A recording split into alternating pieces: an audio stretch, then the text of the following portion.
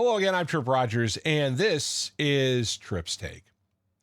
Last Tuesday, the 20th of August, was National Radio Day in the United States. It was the day the first commercial radio station signed on. That was in Detroit, Michigan in 1920. But it was a bittersweet day for an industry that has, supported me and supported my dreams for 47 years. Because, again, recently a abrupt change came. WCBS 880 AM in New York was an all-news station I grew up listening to. In fact, I was honored. I did traffic on it for 4 or 5 months in 1997, and it was a constant. It was a constant. And the thing about New York was there were two all-news radio stations. One was 1010 WINS, and the other was WCBS 880 AM. 1010 WINS was a city station. You dealt with the 5 boroughs. When you did traffic, you basically focused on the 5 boroughs and the bridges, that kind of thing. But WCBS 880 was more of a regional station, a 50,000 watt clear channel station. And so it dealt with Westchester and New Jersey and Long Island and Connecticut.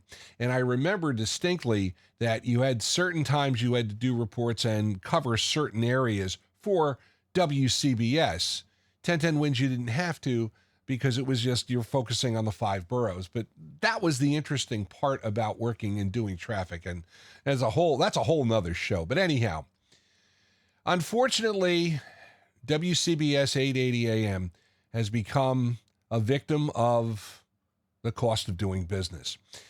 Odyssey, who owns both stations, who's owned WINS and also WCBS AM for a number of years, doing all news is expensive. And as time went on, the ratings for WINS were better than WCBS.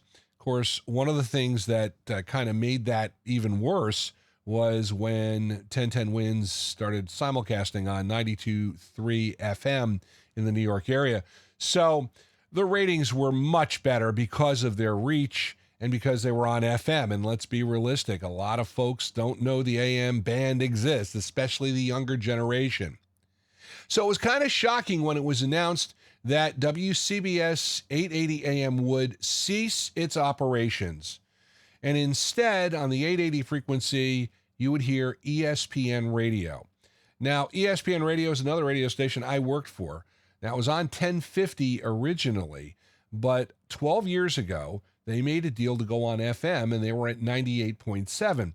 Again, that helped expand their reach, and it made the station somewhat of a challenger to WFAN, but not really, because the ESPN Radio brand, there were certain must-carries they had, and it never flew in New York. But, my philosophy when I was programming against WIP in Philly was ESPN Radio is an alternative.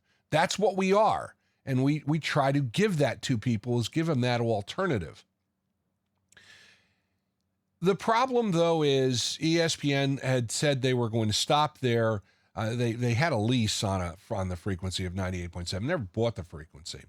And they were going to stop that lease, and they were going to concentrate on their AM station and also digital applications. Well, the problem with this whole thing is the fact that ESPN Radio, while they were pioneers in digital apps, they were saying, on the ESPN Radio app long before anybody was thinking about that. Over the air is important for advertisers, for sports. And ESPN Radio has the Knicks and the Rangers, those contracts. They lost the Jets this year. The Jets went and signed with another radio station in New York, which was kind of surprising, but yet not, because, again, football is a really, really hot property on radio, as opposed to baseball, as opposed to basketball, as opposed to hockey, because the seasons are so long. So anyhow, problem is Odyssey is losing money, and the owners of ESPN Radio in New York City went to them and say, hey, we'll rent your frequency. And they're going to lease 880 for 3 years.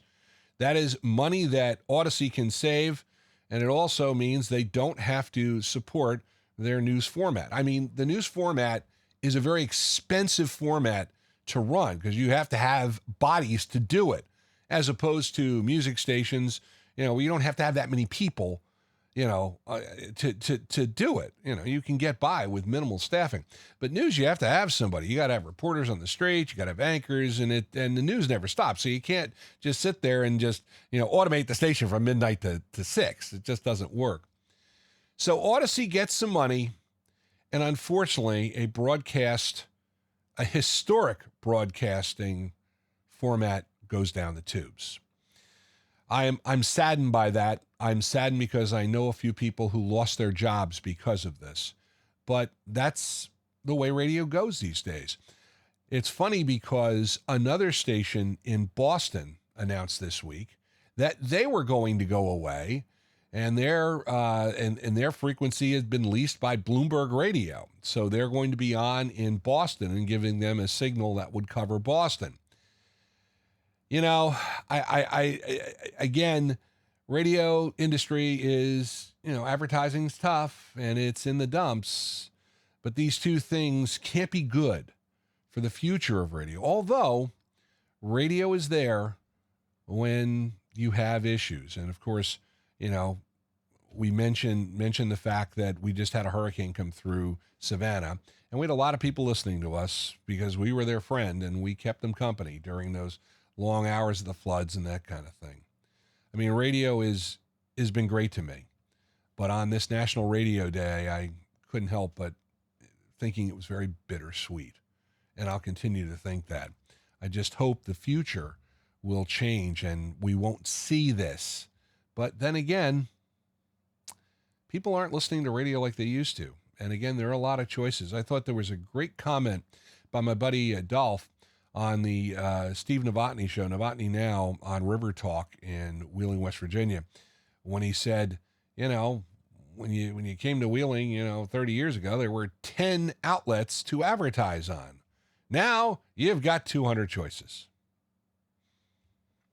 That was very, very prescient.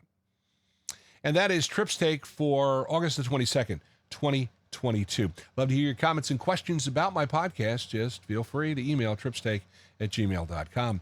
Fantasy football season is here. The Fantasy Sultans are back. The Hall of Famer Mike Sheck and yours truly, Tripp Rogers. We will have our draft special, which will give you some insight in how to draft for your league this year. Coming up next Thursday, it will drop. And of course, you can find the Fantasy Sultans on the same places you can find Tripp's Take, YouTube, or Spotify for podcasters, and of course, YouTube. Just search Fantasy Sultans. Like the music of the 60s, 70s, and 80s, I got a place for you. WTRSradio.com online. I'm Tripp Rogers. Thanks for joining me.